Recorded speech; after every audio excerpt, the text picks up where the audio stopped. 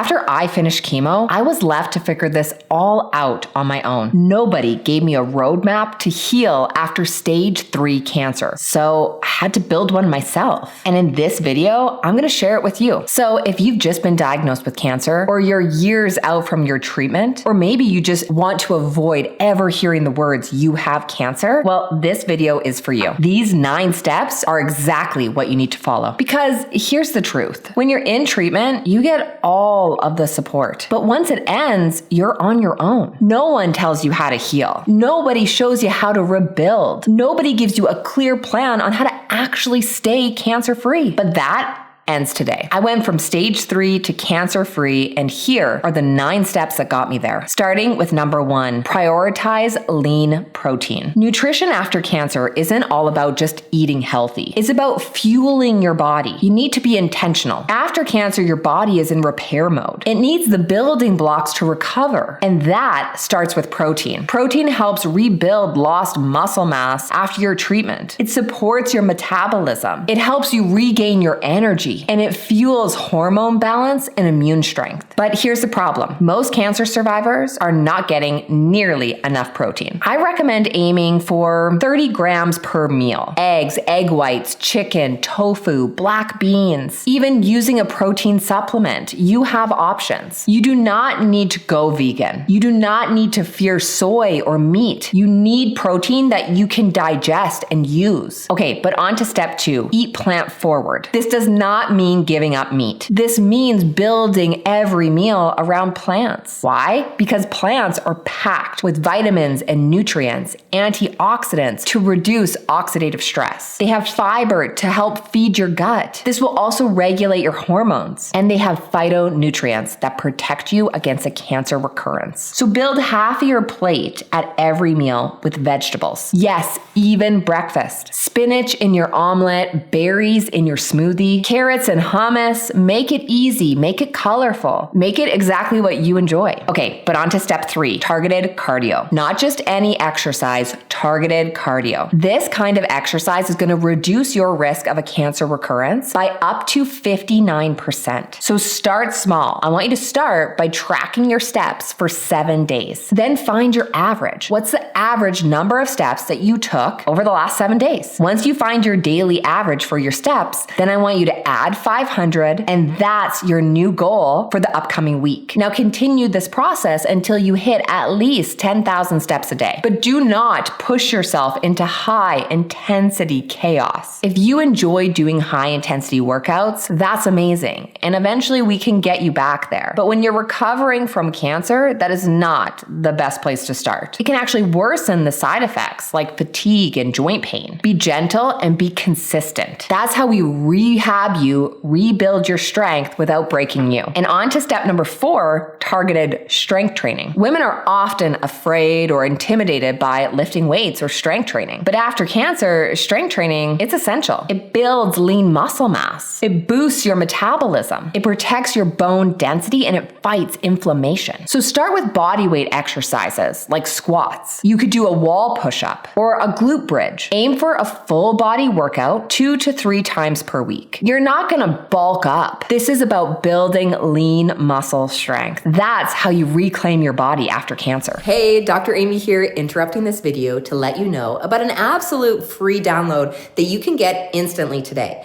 This is called your A to Z guide to staying cancer-free. Now, this guide is going to give you a step-by-step instructions of exactly how to begin to live a cancer-free life.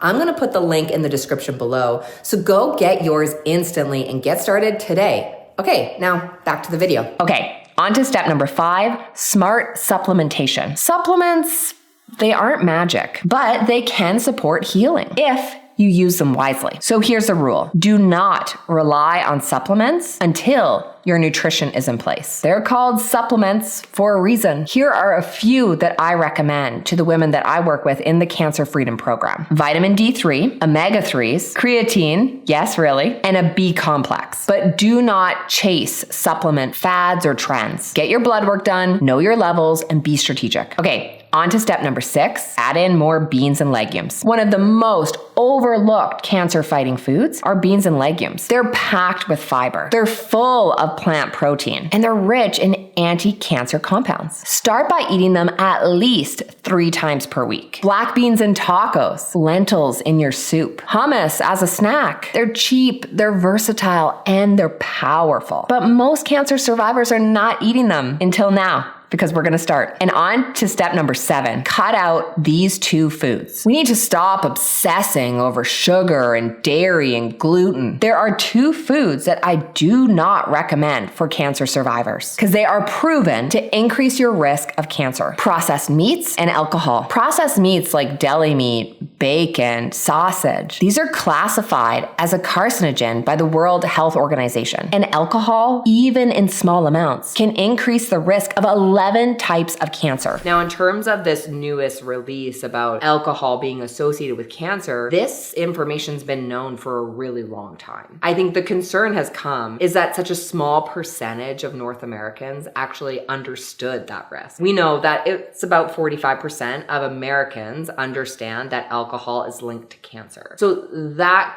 clearly needs to be communicated to people better because there is a clear risk there. Right. So like they were talking about, this report came out, it was based on a 2019 survey data of people's like interpretations of what could happen with a bunch of different risks. And alcohol was the main one, being the one that people really don't know could influence this process. Right. Yeah, exactly. I think when people think about cancer risk, they're thinking about, oh, it's genetics, like you're just dealt this hand, or it's unknown. So it's like this thing that we're exposed to either in our environment or mold, or we just don't know. Right? So there's no point in trying to do anything about it because we don't truly understand. But that's not true. We have clear links between certain lifestyles and behaviors that increase your risk of cancer. Now, you do not need to be perfect, but every drink skipped and every meal swapped, that makes a difference. Okay, on to step number 8, achieve a healthy body weight. This is a tough one. Weight gain after cancer is common. Steroids, menopause, emotional eating, they all play a role. But excess weight increases the risk of recurrence, especially belly fat, which drives inflammation. It also causes hormone imbalances. The goal here is not to be skinny. The goal is to be metabolically strong. Focus on muscle over the scale. Focus on blood sugar balance. And you do not have to do this alone. This is what we help women with every day inside the Cancer Freedom Program. I'm going to link that up for you below. Okay, and on to step number 9. Build a cancer remission mindset. This is the most overlooked piece of recovery, your mindset. Now, I'm not saying you can just think your way out of cancer, but what I am saying is it clearly impacts how you heal. People who feel empowered, who believe recovery is possible, they do better. Start by reading Carol Dweck's book, Mindset. Journal all of your fears to get them out in the open. Laugh